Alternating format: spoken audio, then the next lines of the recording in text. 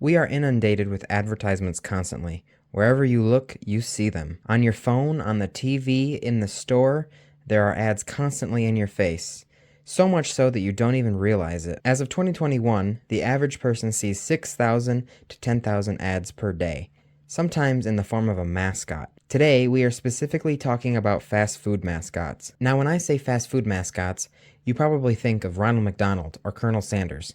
Everybody knows who these characters are. However, not every mascot is as lucky or deserving to be remembered as much as Ronald McDonald or Colonel Sanders. These are fast food mascots you forgot about. The Arby's Oven Mitt. Arby's introduced the animated character in March of 2003 as part of a new $85 million ad campaign. Oven Mitt would regularly appear in commercials, oftentimes showcasing how Arby's roast beef was made. Oven Mitt showed Arby's beef was neither fried or grilled, but instead roasted. A lot of commercials would feature Oven Mitt hanging from a wall and giving the team pep talks. Other times, he is bursting into song over the new sandwich at the time, or working with a trainer and doing sit-ups. Unfortunately for Oven Mitt, in 2005 his lifespan was cut short and tucked away in a drawer forever. There has yet to be an exact reason for it, but some speculate that he wasn't liked by audiences, or that he is too close to the Hamburger Helper mascot. The Noid ruined your pizza? The Noid loves to ruin pizza. The Noid. Domino's bunny-like creature was introduced in 1984 and did everything he could to prevent pizzas from getting delivered to houses. The slogan was "Avoid the Noid." He was one of the most popular mascots, even getting 2 video games and making a cameo in a Michael Jackson movie. By now we've all probably heard the infamous Noid story, but in case you haven't, here it is. In 1989, an insane man named Kenneth Lamar Noid went into a Domino's and held the place hostage. He held 2 employees for more than 5 hours and made them make him a pizza and a salad. He believed that the Noid commercials were a personal attack on him and that Domino's was telling people to avoid him. Despite this incident, Domino's continued using the Noid until 1995. Once again, Kenneth Lamar Noid had something to do with it. This time he offed himself because he still believed Domino's was attacking him. Domino's very quickly stopped using the Noid after this. The Noid very rarely appeared throughout the 2000s and the 2010s, and by now everyone had pretty much forgotten about the Noid. Until 2021, the Noid made his grand re-entrance. Domino's was advertising the new self-driving delivery vehicles, and the Noid was trying to stop them. During this time, there was also a brand collaboration with Crash Bandicoot, the popular video game character. The Noid was put into a new mobile Crash Bandicoot game. Now Crash and the Noid were seen in Domino's commercials together to advertise the collaboration. After these brief commercials, he would soon disappear again. Here we are at the end of 2023, the Noid has yet to be seen in over 2 years. It has not been revealed as to why they stopped using him again. Double amnesia. Andy! While on the topic of Domino's, here's Bad Andy, Domino's utter failure of a mascot. Like the Noid, his whole shtick is to harm the pizzas.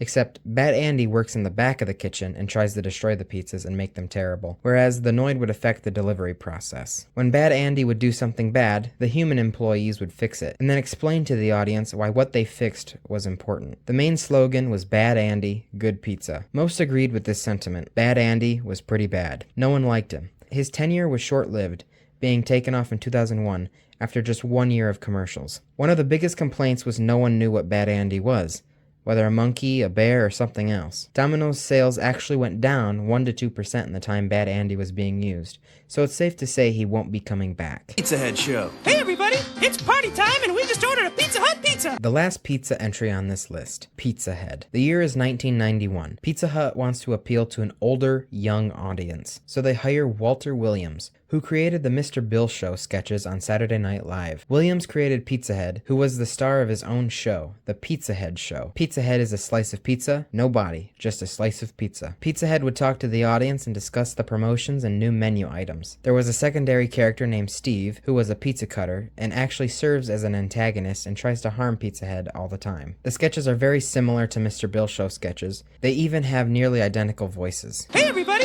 it's party time and They used Pizza Head for 8 years before retiring him in 1999. Next up on the list are mascots that I believe are the worst mascots ever made. Spung monkeys. These are the unholiest of creatures. 2003 is the year these abhorrent rat things first graced the earth. Originally, they were just a bizarre internet video, but unfortunately, Quiznos adopted them. Each commercial they would sing, "We love the subs 'cause they are good to us, but it's better if I just let them tell you." We love these subs, 'cause they are good to us. Very fortunately, Quiznos ditched the Spung Monkeys in 2004, because not only did the audience and customers hate them, but actual store owners and employees did too. Everything seemed fine and dandy. They were finally gone. But suddenly, 19 years later, in this year, 2023, this commercial aired. Road trips are a part of the American. We are back on a road trip. Much to the dismay of everybody, they're back. I guess it's to help the dwindling numbers of Quiznos locations. And boy, they are dwindling. But honestly, using these as your spokes characters is only going to deter people more. Yo quiero Taco Bell. Yo quiero Taco Bell. If that sounds familiar, that means you probably remember the Taco Bell Chihuahua. But what you probably didn't know is that her name is Gidget. It was a female dog with a man's voice. Taco Bell first debuted her in 1997 and was a hit. Even toys and plushes were made because of her success. Despite her success, she lasted for a small 3 years. A common rumor at the time was they stopped because the dog died, but this is false. Taco Bell stopped using her because of racism accusations. Hispanic advocacy groups lobbied for the end of the campaign, and they ended up getting their wish. 9 years later, Gidget died. For real. So I don't think Gidget will be coming back for any commercials anytime soon. Eat more chicken cows. These cows are the mascots for Chick-fil-A. These cows would hold signs with terrible English spellings of "eat more chicken" in an attempt to reform American food to try and lower beef consumption. They debuted in 1995 and then were cut in 2004 because of mad cow disease. Suddenly, this year in 2023, a video was uploaded to the Chick-fil-A YouTube channel, and they brought back the cows. However, this time, they're animated. In this video, they continuously paint over a billboard promoting beef burgers. At the end of the video, it promotes More Adventures 2024. So maybe these cows are coming back. Looking for a place where kids get to pick? Dennis the Menace, one of the few mascots that was an existing property. Dennis the Menace was a comic strip that was turned into a sitcom from 1959 to 1963 and was eventually made into a movie in 1993. He is also the mascot for Dairy Queen. Yes, that's right. Dennis the Menace, along with his friends Margaret Wade, Joey McDonald, and a few others, were all mascots for Dairy Queen. Dennis the Menace became the mascot in 1971 and was used all the way to 2002. He was dropped because of his relevancy, and the children of that time could not relate to him, simply because they did not even know who he was. Burger King Kids Club. Not exactly one mascot, but a whole group of them. They were created to promote the real Burger King Kids Club, and they were posed as the founding members of it. The real Kids Club was essentially a mini rewards program for kids.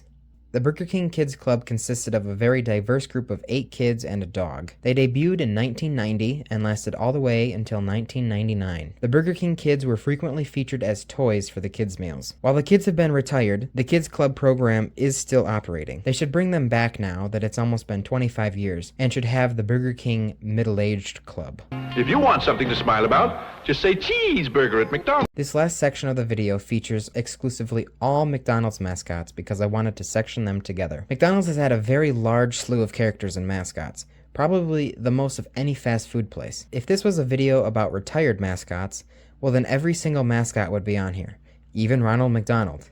They stopped using him around 2014, with seldom appearances here and there, along with Grimace, Birdie, and the Hamburglar, who were retired in 2003. In 2023, McDonald's released the hit Grimace Shake, thus proving they're willing to bring them back. So even if Ronald, Grimace, Birdie, and Hamburglar are technically retired, they certainly aren't forgotten and don't need to be on this list. However, not everyone is as lucky as them. Officer Big Mac and Mayor McCheese were 2 inhabitants of McDonald Land that have been retired. These guys were shelved in 1985 after an infringement lawsuit that the characters were too closely related to those on the show H.R. Pufnstuf. More members of McDonald Land that were phased out include Captain Crook, an antagonist who would steal Filet-O-Fishes, the Fry Guys, who promoted the fries, the Professor, who is especially forgotten. He was the one that quote-unquote invented the new menu products for McDonald Land. There was Ronald's dog, Sunday, who promoted promoted the ice cream. His major appearances were in the Wacky Adventures of Ronald McDonald VHS movies. The final member of McDonaldland on this list, probably the most forgotten, is Uncle O'Grimacy. This is Grimace's green uncle. While Grimace promotes shakes, Uncle O'Grimacy promotes the Shamrock Shake. Uncle O'Grimacy was hardly ever used, as the Shamrock Shake only appears once a year. Uncle O'Grimacy was unfortunately phased out like all the others. Now those were the McDonaldland characters, but there's also quite a few post-McDonaldland characters. Cosmic is one of these. While he did debut in McDonaldland, he survived past it. He is an alien from outer space. The whole point of his character was to tell the audience that everyone loves McDonald's, no matter where you're at. Pretty soon, a lot of people are going to be remembering him due to McDonald's new spin-off chain entitled Cosmic, set to debut in 2024. Another McDonald's character is Mac Tonight. He is a crooner with a head of a crescent moon and a human body. His name derives from the song Mac the Knife by Bobby Darin. Mac Tonight's purpose was to advertise the later hours of McDonald's. He was geared more towards the baby boomer generation, with him constantly singing 1950s style songs. He was introduced in 1986, but only lasted until 1989.